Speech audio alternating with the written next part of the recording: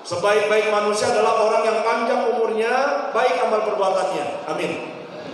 Dan doakan mudah-mudahan orang-orang tua kita yang 70, 80 ahli ibadah. Amin.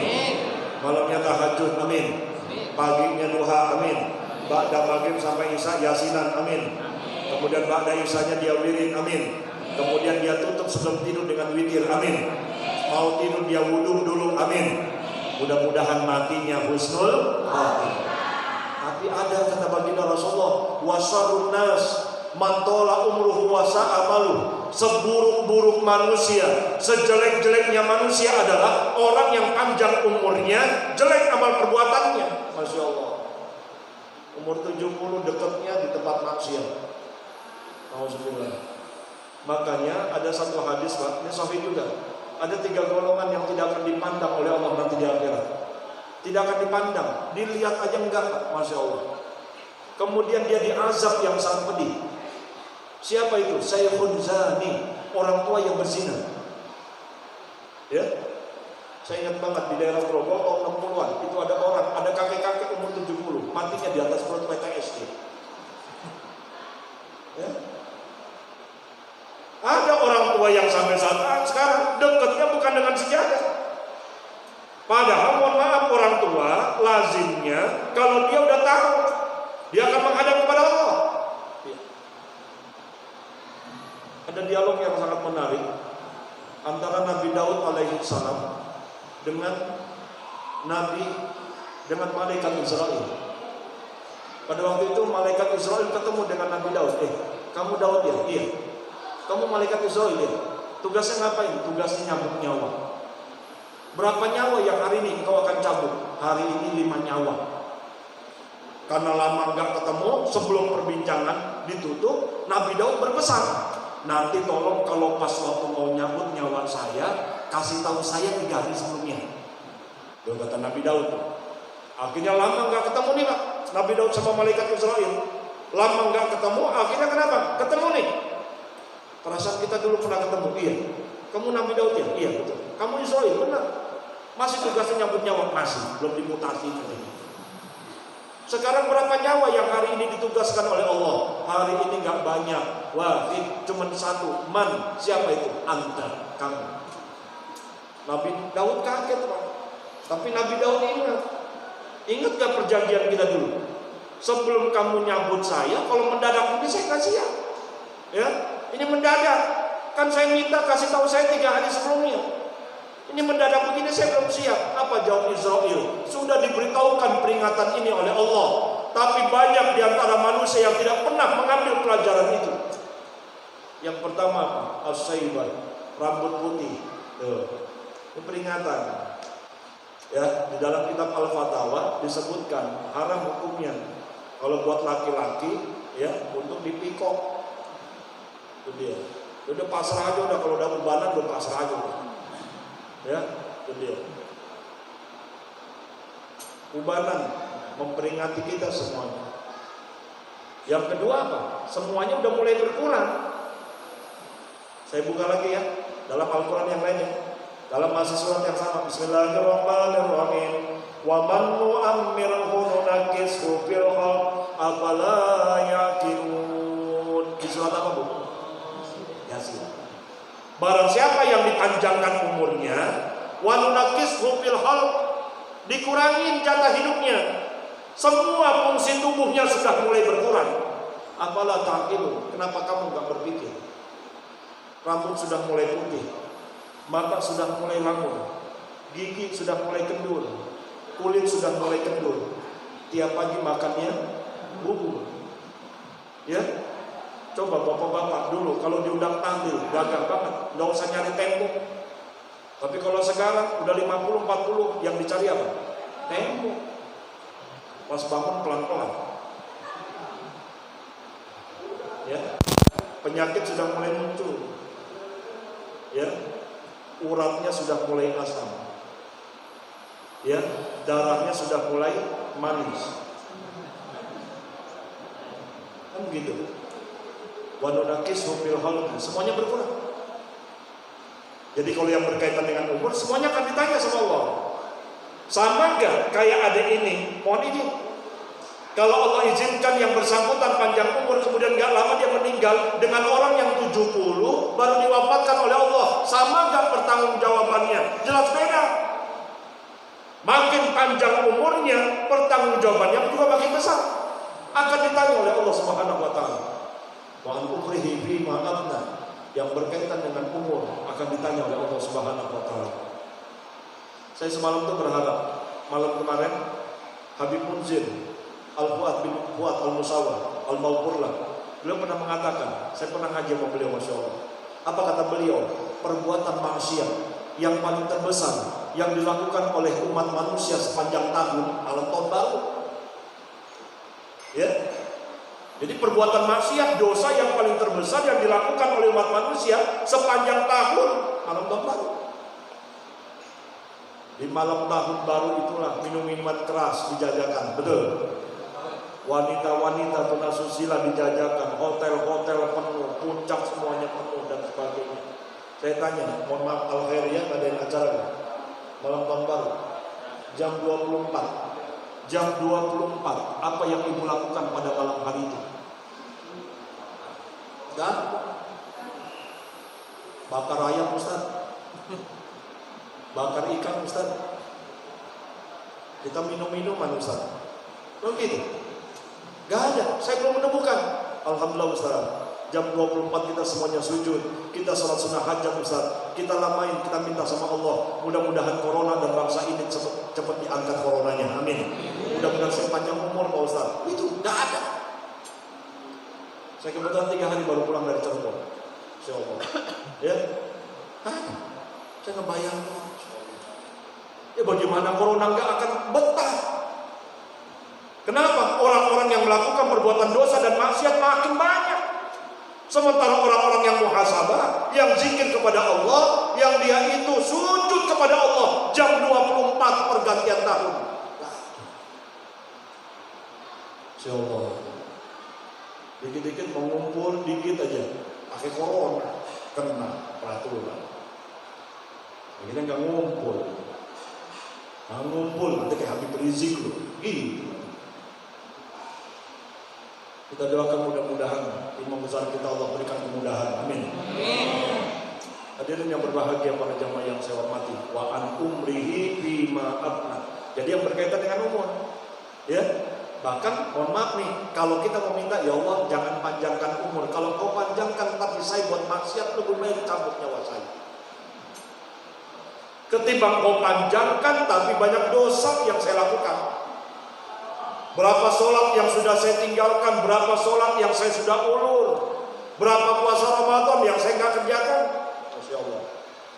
Ya Allah, kalau memang itu membuat saya panjang umur, saya banyak dosa, lebih baik cabut saya sekarang. Jadi ingat Bu, nggak gratisan. Panjang umur dikasih sama Allah, nggak gratisan. Ya. Terus apa kata malaikat Israil kepada Nabi Daud? Peringatan yang kedua, kullahanatin, setiap tahun. Jadi ternyata setiap tahun kita diperingatin nih. Ya. Setiap tahun diperingatin, ulang tahun Bapak, mohon izin. Ya, ulang tahun saya itu setiap tahun kita diperingatin.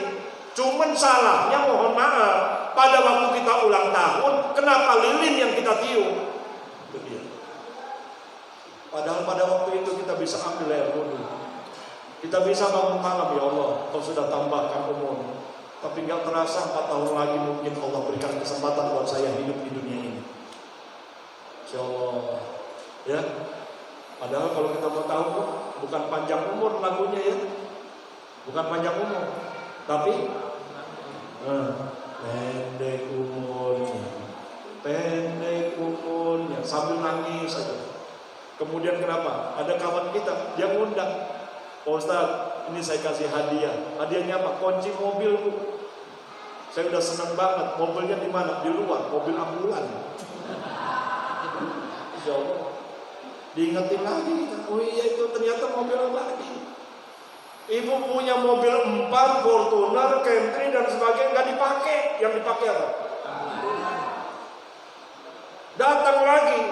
Ya, saudara sahabat kita, Masya Allah, ingetin. Dia mau kado gede banget. Saya udah senang banget nih, kayaknya gede banget banget. Saya buka, Masya Allah, kain kapan. Diingatkan lagi. Ya. Saya berharap ada kado lain. Ternyata ada. Pak Ustadz, dalam rangka ulang tahun, Pak Ustadz saya kasih ini tempat pemukiman terakhir Pak Ustadz nih. Ini klaster nih, ukurannya 2x1. Ya, TPU Karet Bipa. Ya, kuburan. Masya Allah. Ingetin lagi. Saya ingat banget. Ada seorang artis, beberapa artis yang dia itu punya kadonya aneh-aneh. Nyimpennya itu aneh-aneh. Dorce Gamalama, itu dia nyimpen apa? Tempat kurung batang tuh, tutupan kurung batang. Kemudian ada lagi seorang artis yang dia nyimpen apa? Di lemarinya. Dari sekian tumpuk pakaian, ada satu pakaian yang ngelip apa? Kain. Insyaallah. Hadirin yang berbahagia, wa an umrihi bima afna. Jadi pertanyaan yang pertama yang nanti akan ditanya oleh Allah yang berkaitan dengan umur. Mudah-mudahan malam hari ini kita bisa jawab. Amin. Karena kita nggak ada yang tahu malam hari ini kita ngaji, kemudian jam 10 kita innalillah, berarti umur disitulah yang nanti akan diminta pertanggungjawaban oleh Allah Subhanahu wa taala. Kemudian apa yang kedua? Yang kedua kata baginda Rasulullah, wa an jismihi bima abla. Pertanyaan yang kedua yang nanti akan ditanya oleh Allah yang berkaitan dengan anggota badan. Nih semuanya. Nih lengkap. Semua anggota badan yang kita dikasih sama Allah, mata dari ujung rambut sampai ujung kaki. Itu nggak ada yang gratisan, semuanya ditanya oleh Allah. Ini lagi-lagi kita buka lagi dalam surat Yasin. Bismillahirrahmanirrahim.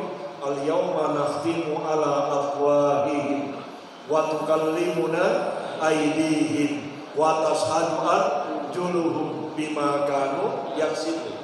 Al-yawma nakhtimu ala afwahihim. Pada saat itu mulut dikunci. Kenapa mulut dikunci, Pak? Ini hikmahnya dalam beberapa tafsir. Karena memang di dunia itu mulut sengaja nggak dikunci, nablak bahasa kita. Bapak silakan mau ngomong yang baik silakan, mau zikir silakan, mau ghibah silakan, mau ngomong dosa silakan dan sebagainya. Tapi nanti pada waktu hari kiamat itu wanakhtimu afwahihim dikunci itu. Ya, udah selesai. Masa tugas kamu ngomong bukan saatnya lagi di sini. Tapi diberikanlah kesempatan sama siapa? Wa tukallimuna aydihim, tangan yang ngomong nanti di sana. Ternyata tangan juga khawatir dia dusta. Perlu ada saksi. Wa tashhadu arjuluhum, kaki sebagai saksi. Bima kanu yaksibun. Hadirin yang berbahagia, saya husnuzon, saya doakan mudah-mudahan yang malam hari ini hadir adalah orang-orang yang sempurna semua anggota badannya. Amin. Saya kebetulan 2 hari yang lalu saya ditelepon sama kawan saya. Dia orang kaya. Beliau bilang gini, Ustaz tolong datang. Saya tunggu di rumah sakit Jakarta di Kuningan, di dekat Semanggi. Ada apa? Saya punya saudara, kebetulan beliau itu mau izin Pak Ustaz, mau dipotong. Jadi kakinya itu mau dipotong, mau diamputasi. Ya, dia down, ya, depresi berat. Saya kaget, saya datang di nomor sekian, saya buka, ya, selimutnya, masya Allah, hitam. Jadi udah kayak singkong bakung, hitam. Jadi mau dipotong, tinggal berapa jam lagi. Saya cuma kasih tahu ke dia, ya, masih bersyukur. Saya bilang harus tetap walau bagaimanapun syukur kepada Allah. Masih dikasih kesempatan untuk punya kaki satu. Manfaatkan kakinya untuk ibadah. Masih dikasih kesempatan. Allah masih belum buntungin tangan kita. Allah masih bisa melekkan mata kita dan sebagainya. Cuma satu kaki. Sampai dia nangis. Masya Allah. Sampai dia berkata sama saya, Ustaz. Dia bilang, kenapa? Ustaz, tolong kalau ada donatur kaki yang mau nyumbangin kakinya 50 juta saya bayar. Jadi ibu mohon maaf, kalau di sini ada yang mau 50 juta. Ada. Saya bawa sekarang ke rumah sakit. Yang mudah-mudahan cocok katanya. Ya. Jadi ibu pulang punya kaki satu tapi dapat 50 juta ini. Mau? Makanya kalau mohon maaf, kalau ada orang yang bilang, Ustaz saya miskin Ustaz, saya orang gak punya Ustaz, rumah saya kecil. Kazabta, bohong. Itu orang kaya Bu. Jadi mohon maaf, dia rumahnya besar, Rumahnya di Kelapa Gading, mobilnya Masya Allah. Tapi ternyata nggak punya kaki, stres. Makanya beruntung jamaah Al-Khairiyah, amin. Beruntung jamaah Al-Khairiyah, amin. Punya kaki lengkap, amin. Punya mata bisa melihat, amin. Ya, kebetulan kakak saya itu punya kakinya dia nggak bisa gini Ustaz. Karena kalau tabrakan dia maknya hilang. Jadi kalau sujud nggak bisa begini. Tapi saya mikir-mikir, Masya Allah, masih mending. Betapa banyak orang-orang tetangga kita, saudara kita yang punya kaki lengkap, tapi mohon maaf, nggak mau sholat jamaah dia. Makanya kalau ada orang yang kakinya lengkap, bisa melihat, matanya bisa melek, kakinya bisa apa, tangannya bisa.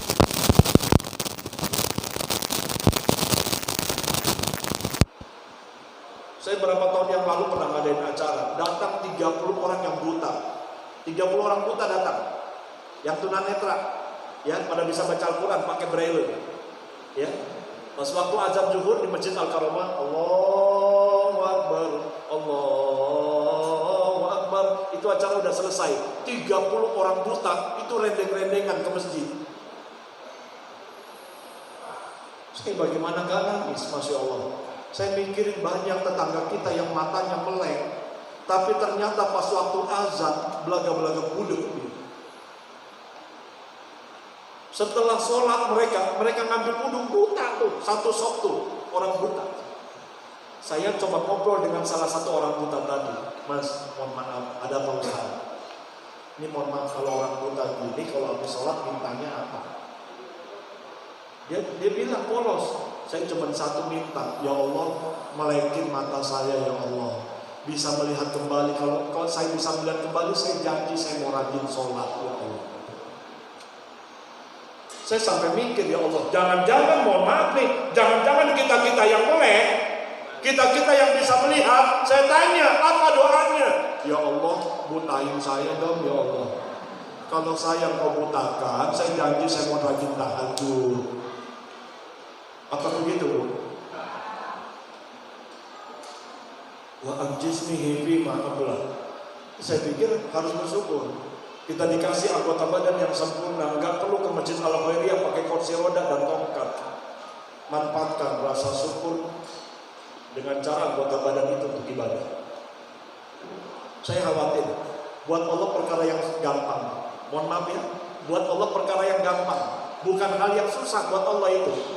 Jadi kalau ibu nggak bersyukur, mohon maaf nih, mohon maaf ya, mohon maaf. Bukan saya ngedoain, bukan. Itu ada aja tuh. Kalau kita nggak bersyukur, apaan Ustaz mau ngomong apaan sih? Itu menakut-nakutin aja udah. Ada ya. Itu turun pas taruh tangga keseleo. Ya. Terus kata dokter, oh, mohon maaf nih, kayaknya udah susah disembunyi, ini harus diamputasi tuh. Ada yang begitu. Ya. Makanya mohon maaf, sebelum Allah nanti nanya, anggota badan yang Allah sudah kasih gak ada yang gratisan. Ya, kita jawab dulu, sudah sejauh mana anggota badan yang Allah berikan kita manfaatkan untuk ibadah. Mudah-mudahan kita husnul khotimah. Amin. Yang ketiga, terus apa yang ketiga yang nanti akan ditanya oleh Allah? Wa an malihi aina tasabah wa aina anfaqa. Jadi yang ketiga yang nanti akan ditanya oleh Allah yang berkaitan dengan harta. Ada yang menarik, Bu. Jadi kalau yang pertama, umur cuma satu ditanya sama Allah. Kemudian kalau yang berkaitan dengan anggota badan, satu ditanya sama Allah. Tapi kalau yang berkaitan dengan harta, dua.